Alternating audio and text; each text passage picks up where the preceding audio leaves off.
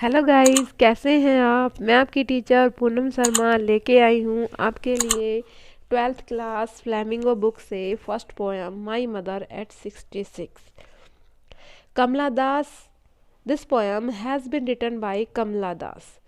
Kamala Das is a confectional poetess, and this poem is an autobiography of Kamala Das. Autobiography क्या होती है बेटा, कि जब कोई भी कवि या कवियत्री अपने खुद के सेल्फ एक्सपीरियंस के बारे में लिखते हैं तो उसको ऑटोबायोग्राफी कहते हैं. So let's get start today's poem.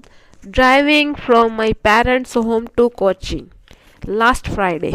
It means that one day the poetess was going to Cochin. At that time it was last Friday morning, and her mother was sitting with her side by side in the car. I saw my mother beside me. In the first stanza, the poetess is describing that one day she was going to Cochin airport. At that time her mother, and it was time was Friday morning, and the poetess is saying that I saw my mother besides me. At that time her mother was sitting beside her in the car. And how was she looking? वो कैसे नजर आ रही थी? Dose mean जो होता है slight sleeping, एक हल्की सी नींद.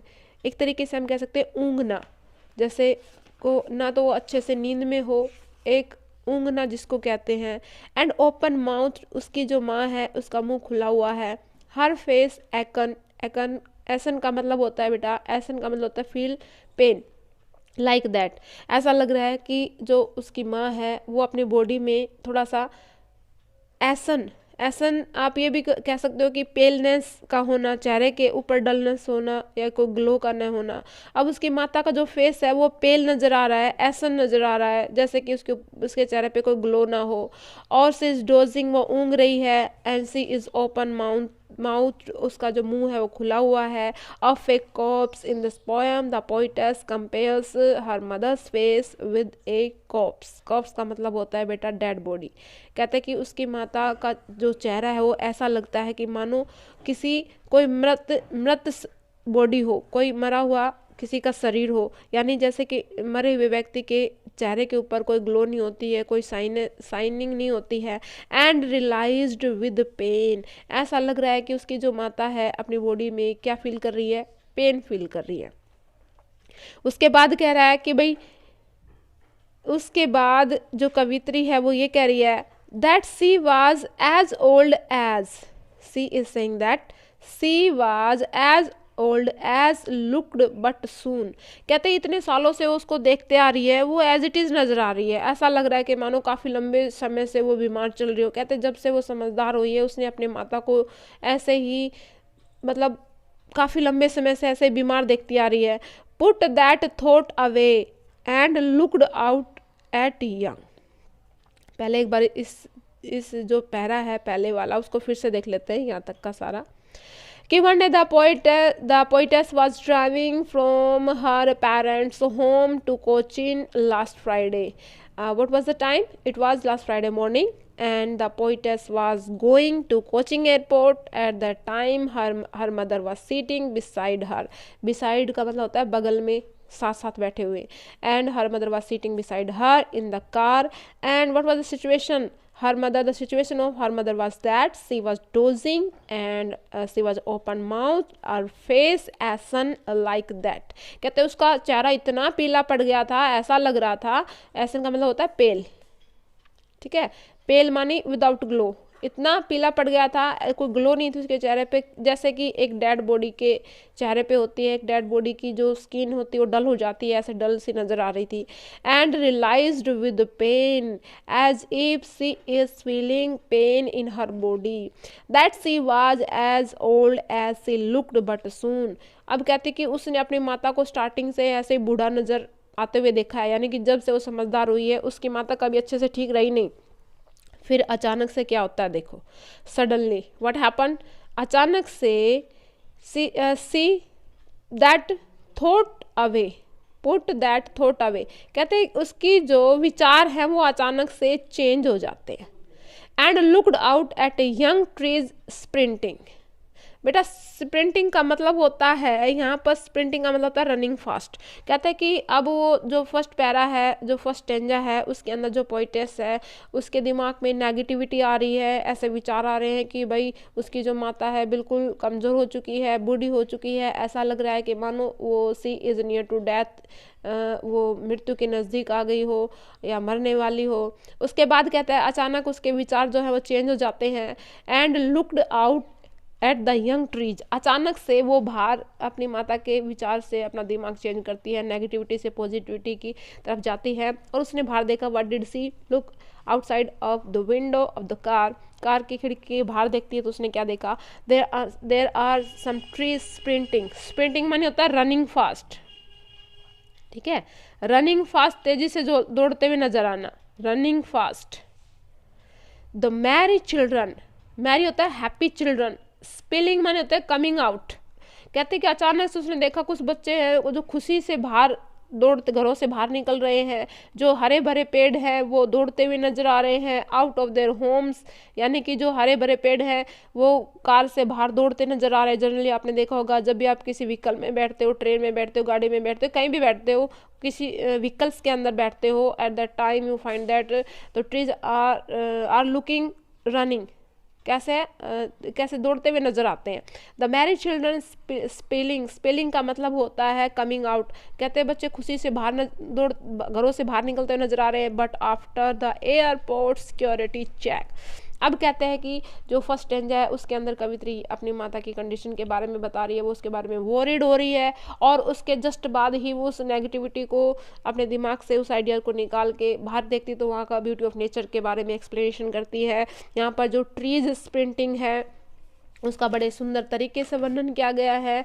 अब जो ट्री स्प्रिंटिंग का मतलब होता है, वैसे जो पेड़ है वो कभी दौड़ते नजर आते हैं, नहीं आते ना, तो यहाँ पर सिंबल और इमेजरी का, जो जैसे कि पेड़ है वो कभी दौड़ते हुए नजर नहीं आते, लेकिन यहाँ पर पेड़ों को दौड़ते हुए दिखाया गया है, ठीक है। तो इसका मतलब यहाँ पर क्या है, इमेजरी का और सिंबल्स का यूज किया गया है। जो पोइटेस है उसने इमेजरी और सिंबल्स का बड़ी सुंदर तरीके से वर्णन किया गया है। But after the airport security check, और जैसे वो एयरपोर्ट पर वो रीच करते हैं, वहाँ पर पहुँचते हैं, स्टैंडिंग ए फ्यू यार्ड्स। अब ए फ्यू यार्ड्स का मतलब होता है 1 गज की दूरी पर, थोड़ी सी दूरी पे जाके जब वो खड़े होते हैं तो वहाँ पर क्या होता है, then what happened there, away I looked again at her, मैंने फिर से देखा उसकी तरफ। वान पेल, यहाँ पर वान पेल का मतलब होता है बेटा वीक, वान पेल का मतलब होता है लाइफलेस सा नजर आना, बड़ा ही कमजोर सा, पीला सा, डल हो चुका है उसका चेहरा, एज लेट विंटर्स मून। और in this poem the poetess is describing her mother's face and comparing her mother's face with the winter's moon. जिस तरीके से जो सर्दी का मौसम होता है तो उस समय आसमान में कोहरा छा जाता है, यानी कि धुंध है, वो चारों तरफ धुंध नजर आती है, और उस धुंध में जो चंद्रमा होता है उसकी रोशनी क्लियरली नहीं दिखाई देती है, यानी कि डिम नजर आती है। ठीक वैसे उसकी माता के चेहरे पे कोई ग्लोनेस नहीं है, कोई शाइनिंग नहीं है, कोई यानी कि डलनेस हो गई है। एंड फेल्ट दैट ओल्ड, अब उसकी माता बहुत ही बूढ़ी हो चली है। फैमिलियर एक, उसे ऐसा लग रहा है कि ये जो फैमिलियर होते जानी पहचानी, नोनली, ठीक है, ऐसा लग रहा है कि भाई उसकी जो ये एक है, ये दुख है, पीड़ा है, जो दर्द है, वो जाना पहचाना नजर आ रहा है। माई चाइल्डहुड फियर, कहता है ये जो डर है बचपन से मैं अपनी माता के चेहरे पर देखते आ रही हूँ, वो हमेशा बीमार रहती है और बूढ़ी हो चली है। But all I said was see you soon Amma, अचानक से अपनी माता से कहती है, it mean that she is about to go, वो जाने वाली है, ठीक है। और वो कह रही कि सी यू सून, फिर मिलेंगे अम्मा।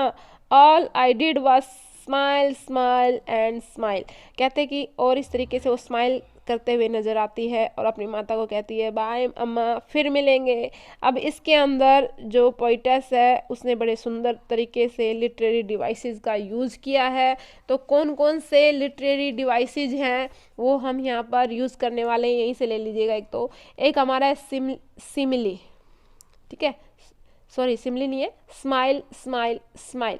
यहाँ पर जो है when one word is repeated more than 2 times, 2 या 2 से अधिक बार कोई वर्ड बार बार रिपीट किया गया है तो वहाँ पर रिपीटेशन फिगर ऑफ स्पीच होती है, ठीक है। तो इसके अंदर रिपीटेशन फिगर ऑफ स्पीच है।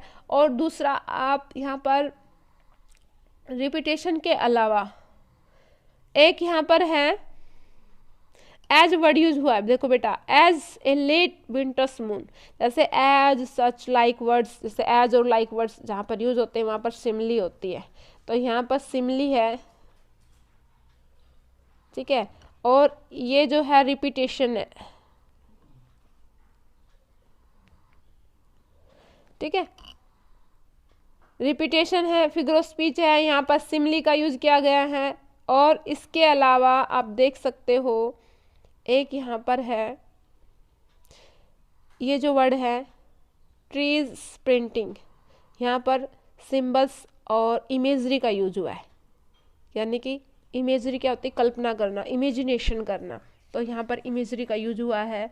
और इसके अलावा जो थॉट अवे है, एंड से थॉट अवे, देखो थॉट अवे है ना, थॉट अवे एक बार तो यहाँ पे यूज हुआ है थॉट अवे, और एक दूसरी जगह और है भाई, कौन सा है, शी सडनली थॉट अवे,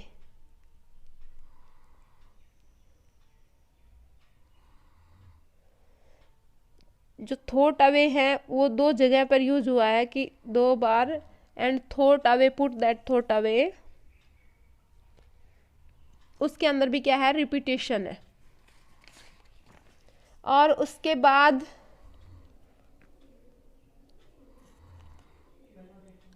एक यहाँ पर ये देखो,